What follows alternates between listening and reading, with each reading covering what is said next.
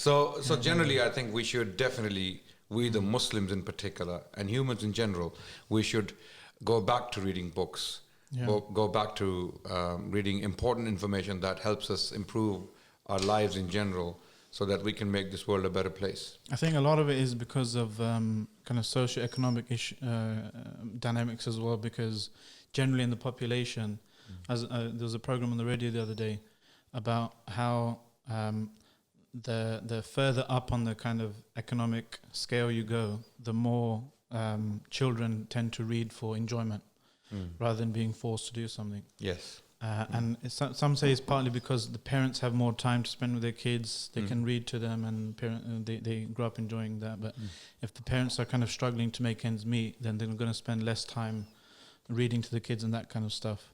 And also they mentioned, you know, it's very important for building certain skills like empathy, like your imagination skills. I mean, I did a youth event, you know, Night Mania. I shouldn't mention like where exactly that. I was really kind of saddened to see a lot of the brothers, the kind of young people, they, instead of reading, they spend loads of time playing online games and social media, and you feel like they may be struggling with certain, you know, social skills, even kind of maintaining eye contact, speaking to someone in real life, that kind of stuff, and it's very sad. Yeah, unfortunately. How would you encourage, like, the next generation to hold fast to reading as a for even as a hobby, to instead of kind of putting on the TV or going to social media and stuff? I think parents have to lead the way, and they must start collecting books, start buying books for your children. I remember as a child, when I was not a teenager yet, my mum bought me a book, and the fact that she bought me a book had a huge impact on me. I made sure that I read that book. It was on Islamic history. It was a history of the prophets. So what age were you on? I think I was 12 at the time. She bought me a book. She specifically bought this book for me. She came home and she said, I bought this book for you, so read it. Where were you? Which country were you? I was in Pakistan at the time. I grew up in Pakistan, yeah. So I read Urdu or English? The book was in Urdu. Okay. So my Urdu reading was, and that book kind of got me going into reading more. It encouraged me. So parents should take the lead. They should encourage the children to read, and not just with words. Facilitate for your children. You know, facilitate an educational environment for them. Give them means, or take them to museums personally. Take them to libraries. Borrow books for them. Get them to choose books. So when she gave you the book, how did that follow through? Because a lot of parents these days, they'll go back 10 books. They'll give the kids 10 books, and I'll read these. Look, we bought them as a present. They value the book, they give the book, but then there's no follow through after that. Yeah, you see, the thing is, my mum probably doesn't even remember that. I don't think she would remember that particular incident, but I do, because it meant a lot for me as a child. When she gave me the book, it was like out of the blue, and I started reading it. And I remember the impact to this day. It's still with me. So these gestures, they may be very small gestures, unimportant, insignificant for parents, but they go a long way with children. Even a simple advice to a child. Sit the child down, speak to the child seriously, tell the child how the world is, what needs to be done, where you should start. Give a book to the child, say, read this book, buy simple stuff first, because if you're buying highly complicated stuff, academic studies of pipes and maybe stars or rockets or something like that. How to become a doctor and stuff. Nothing something interesting, right? So the children are kind of more involved in that. I've done that with my kids occasionally, and it works. It works, alhamdulillah. Did you have a TV in your house with your kids? Of course we had a TV. But in Pakistan there's only one channel. I watch TV. In your house?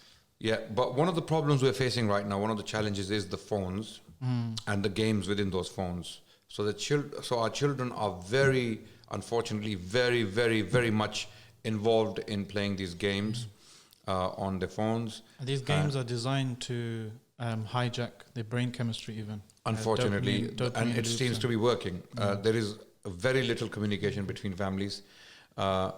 kids don't know parents, parents don't know kids, because parents are busy on Facebook, Snapchat, Instagram, and kids are busy playing games. And then as they grow, their interests change, and sometimes they start listening to music, and then they start making new friendships, and those friendships lead them to different things in life.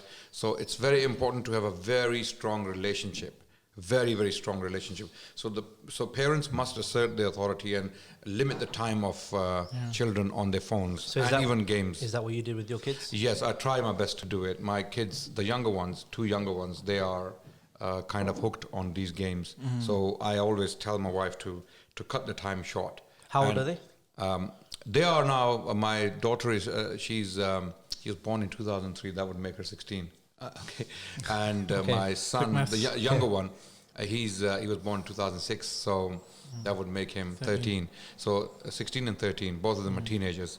And I now try to make more time for them, to take them out, to walk around, go to museums, just show them stuff, talk to them about this stuff. Look, it stimulates their minds. It makes them think, hold on, there is a world outside of these games. There is something very important happening out there. We need to be part of it. One practical kind of piece of advice I think Ustad Suhail gave was that every day have a digital sunset. So, and like beyond this time... Was it sunset or blackout? Digital sunset. So beyond, we call it what you want. It's not very important. But beyond like 7 p.m. or whatever... Lockdown. Nobody...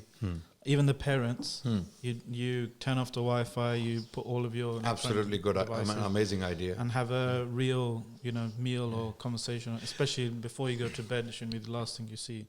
And I see a real change in their behavior, children's behavior, when parents take them seriously, sit them down and have a conversation with them. This conversation can be about plants, stars, trees, carpet, table, anything for that matter. Brexit. Brexit, if it deserves a discussion. Okay, it could be anything, but the kids, they start to realize, hold on, we have a family. We have parents who care for us. They want to talk to us. And you see the real them coming out. They start talking, they start expressing themselves, they start to feel the relationship. And unfortunately, what's happening nowadays in this current day and age, we have been affected by this severely.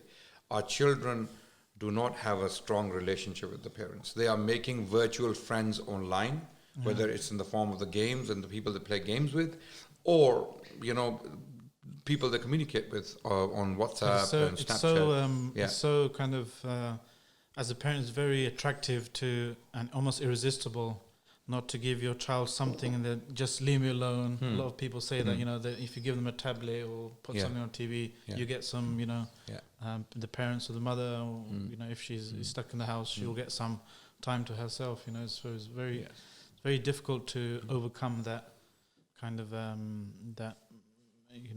allure of... So how do your kids deal with, mashallah, that you're in the spotlight, you're out and about, your speaker's corner, mashallah, Musa now as well is in the spotlight. Does that have an impact on your other kids? Do they see that? Do they want to be The only impact my kids are facing at the moment is my absence. I'm absent from home for long periods. I'm gone for weeks, doing events internationally, and sometimes I feel that I'm not giving enough time to them, and it really does kind of affect me.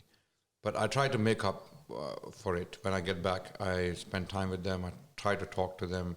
I want to take them out, and it's not easy, unfortunately, but it can be done, and I'm working on it. But that's one of the struggles I have, the absence. But they're not very young. Fortunately, when they were young, I had plenty of time at home. Okay, because they say the younger years are the most now they are important, older. For the last 3-4 years, I've been very busy. So it hasn't really impacted them. They do miss me. They message me that we're missing you, want you to come back, and they feel this sense of security when I'm at home. The alpha male is at home. Mufasa is in the living room, or Mufasa is in the toilet upstairs. Or Mufasa is in the bedroom. Okay, so it's that kind of feeling, the little Simbas, So it's that kind of thing. They feel this sense of security, which is very important for kids to feel. And I believe this is why, broken families impact the well-being of children to a high degree. Why? Because children, they lose that sense of security. and it's a very important thing. So for like younger imams, du'at and stuff that are kind of their families are young, would you suggest to them that they kind of not go on the kind of global tours for long extended periods, and whilst their kids are still that young?